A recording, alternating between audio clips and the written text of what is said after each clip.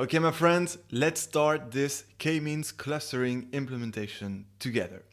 Alright, so in the previous tutorial, I think I asked you to try to implement the first phase on your own. I'm talking, of course, about data preprocessing, which indeed seems to be very easy here because we only have to import the libraries and the dataset. And it is even easier because we have, well, our data preprocessing template. So the only thing that we have to do is just to copy-paste these first two cells here, and then, well, let's see what we have to change, what we should change to prepare our k-means algorithm. Alright, so we're going to start by importing the libraries. That's inevitable. We should use the three of these libraries, maybe not NumPy, but definitely Matplotlib and Pandas. But anyway, let's just import them all so that we can make sure we have everything. And now let's import the dataset, and I'm going to copy that cell right here and paste it in a new code cell right here. All right, great. So now let's see what we have to change. Well, we don't have to change anything here because we anyway want to have these three libraries. And now when importing the dataset, well, the first thing, of course, is to change the name of the dataset here. That was the template name of the dataset, and we need to replace this now by the name of the dataset, which is, I remind, mul_customers.csv. So let's do this, mul_customers.csv. And now that's when things start to get interesting. What did you do with these two entities? You know, X, the matrix of features, and Y, the dependent variable vector. Well, let's start with the matrix of features. The matrix of features here takes exactly all the columns except the last one. You remember what we did here with that trick to go from the range of 0, index 0, up to -1, and -1 is excluded. Therefore, we exclude the last column. But let's have a look at our data set again, and actually let's import it here in order to have a look at it here in the notebook. So right now it's connecting to runtime. I'm going to show you the data set, and well, we'll see if we have to exclude that last column, right? So there we go. Let's upload it. So as usual, I put the machine learning AZ folder on my desktop. Make sure to have it, you can download it in the previous tutorial in the article. So we're going to go this time into part 4 clustering, then section 24 k-means clustering. My friends, we're making great progress. That's great. We're almost halfway there. And then we're going to go to Python, and finally we're going to select and open the mul_customers.csv file. All right, and now let's double click it to have a look at it. It's simpler if it is in our notebook. All right, so the question is, do we need to change anything here when creating that matrix of features?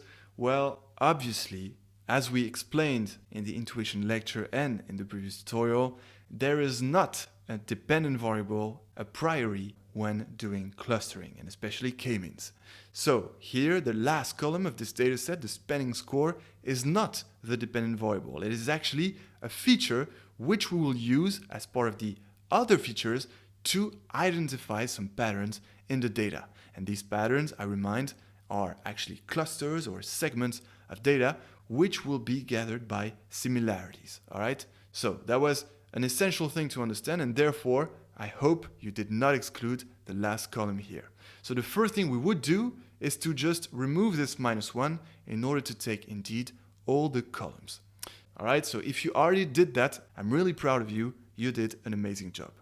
But now I want to improve this actually. Let's remember that the goal here is to, as we said, identify some patterns or clusters in the data by using all of these features here. But do you think that among these features, some of them, well, won't actually help much identifying these patterns? And well, the answer to that question is, of course, the customer ID.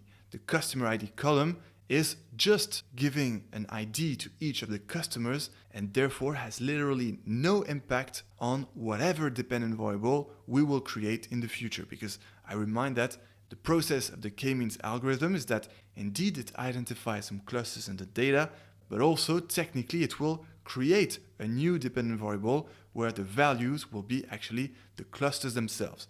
And therefore, since the customer ID is just some identification of the customers, well, we know for sure that it is totally irrelevant here. So we can actually exclude this column.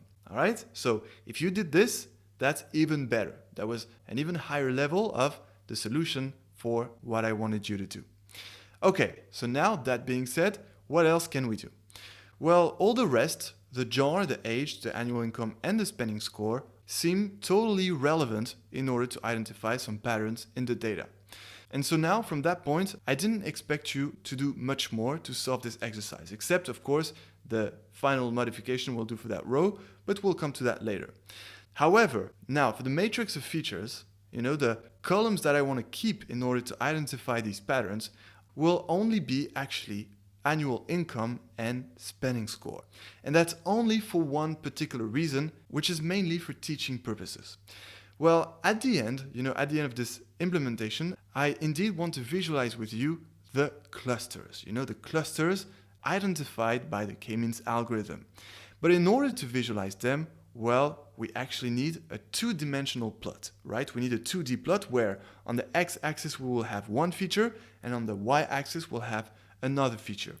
And therefore, in order to visualize the clusters, we exactly need two features. Otherwise, if we get, for example, 3 or 4 features, it will be very hard to visualize the clusters because, well, we need one axis per feature.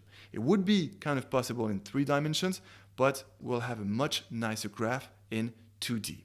And therefore, and once again, that's not what I expect you to do, we're only going to keep these 2 columns, the annual income and the spending score, to identify our clusters. And of course, I made this data set so that we can indeed find some very interesting clusters for the mall, which is trying to, of course, get some insights from their customers. And therefore, now the exercise, and you can press pause on the video to complete it, is to change something here in the matrix of features X in order to select only the annual income and the spending score among the features, among the variables which we will use to identify the patterns. So please press pause and I'll give you the solution in a few seconds.